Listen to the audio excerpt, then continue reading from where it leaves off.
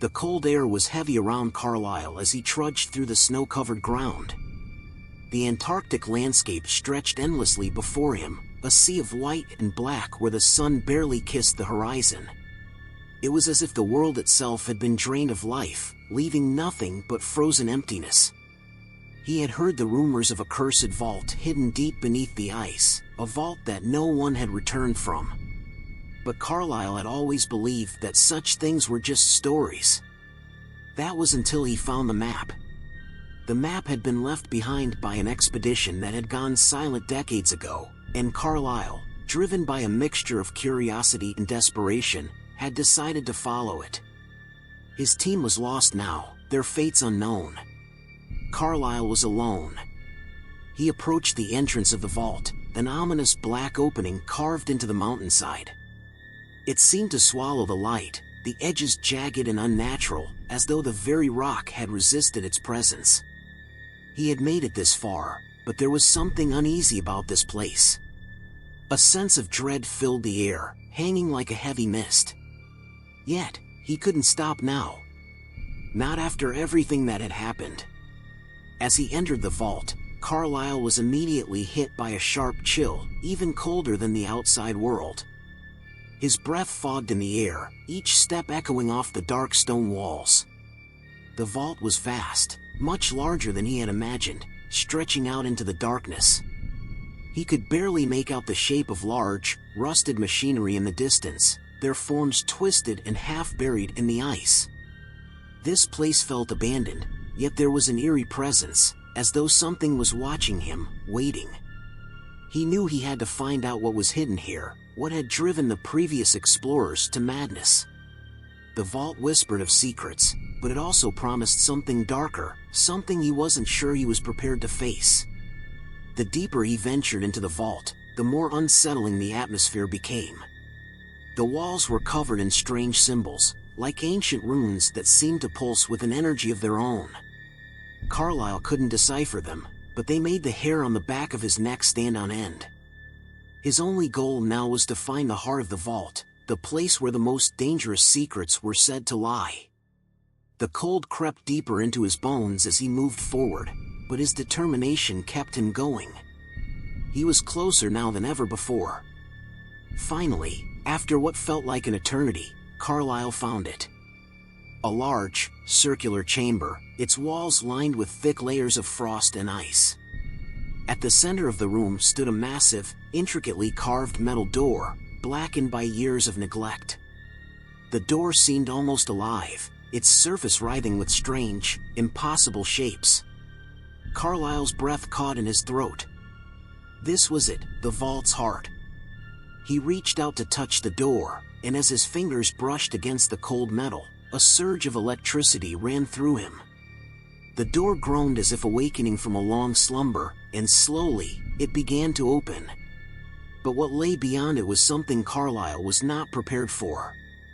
Inside the chamber was a sphere, suspended in midair, glowing with a sickly green light. It was smooth, featureless, yet it emanated an overwhelming sense of dread. Carlyle could feel his heartbeat quicken, his body screaming at him to turn back, but his legs moved forward, as if drawn to it by some unseen force. The sphere was the source of the vault's power, he realized. It was the reason for the madness, the deaths, the disappearances. It was a living thing, pulsating with an unnatural energy that seemed to beckon him closer. He reached out to touch it, his fingers trembling, but the moment his skin made contact, the world seemed to shift. The walls of the vault melted away, and Carlyle was plunged into darkness. The chill that had gripped him now turned into something more, something oppressive. He felt like he was falling, yet the ground never seemed to come. Then, slowly, the darkness began to shift. Shadows twisted and writhed around him, taking shape. He was no longer in the vault. He was in a world of his own making, a place born from his deepest fears. He saw himself standing before him, but this version of Carlyle was different. His face was twisted, his eyes hollow, his body thin and gaunt. It was as though this version of him had been drained of all humanity, reduced to nothing more than a shell. Carlyle felt his stomach turn. The creature before him grinned, its teeth sharp and elongated. "You shouldn't have come here," it whispered. "This place doesn't let you leave." As Carlyle backed away, the creature's grin grew wider. Its eyes glowed with an eerie light, and it began to laugh, the sound echoing through the darkness. He turned and ran, but the shadows seemed to stretch and twist around him, trapping him in this nightmare. His thoughts began to fragment. His mind was assaulted by images of his past, each one more disturbing than the last, moments of failure, lost opportunities, things he wished he could forget. The creature's voice continued to echo, each word sending a shockwave of terror through him. "You're not going to make it out," it taunted. "You're nothing. You've always been nothing. Just like everyone else." Carlyle's knees buckled beneath him, the weight of his guilt crushing him. He collapsed to the ground, his hands shaking as he reached for his head. He couldn't escape. The labyrinth of his mind was closing in, and he was drowning in it.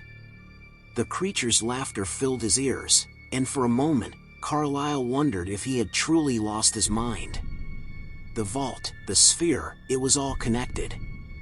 His own fear, his own regrets, were the true prison. He had brought this upon himself. The fear of failure, of not being enough, those were the chains that bound him. And now, it seemed they would consume him completely. But then, something inside him snapped. He could feel it, a small spark of defiance. Carlyle clenched his fists, forcing himself to his feet. He couldn't stay here, trapped in this nightmare. He had to break free. The darkness around him thickened, but he refused to let it consume him. "No," he whispered through gritted teeth. "I am not this." With that, Carlyle began to walk toward the creature, his steps slow but steady. The shadows recoiled, but he pushed through them, his resolve growing stronger. The creature hissed, its form beginning to flicker and distort as Carlyle approached. The closer he got, the more the shadows around him seemed to dissolve, like smoke blown away by a gust of wind. Finally, he reached the creature, and with a single, powerful motion, he reached out and touched it. The darkness shuddered and screamed, but it began to unravel, its twisted form crumbling into nothing. Carlyle stood in the void, panting, but there was a sense of clarity now, a realization. The vault, the fears, the guilt, they had all been within him. The real key to escaping this nightmare wasn't in running, but in accepting it. In understanding that the fear didn't define him. It never had. As the last remnants of the creature disappeared, Carlyle felt the oppressive weight lift. He was back in the vault now, standing before the sphere, the air cold once more. But something had changed. He was different now. The fear no longer gripped him as it once had. He turned and left the chamber, each step lighter, more certain.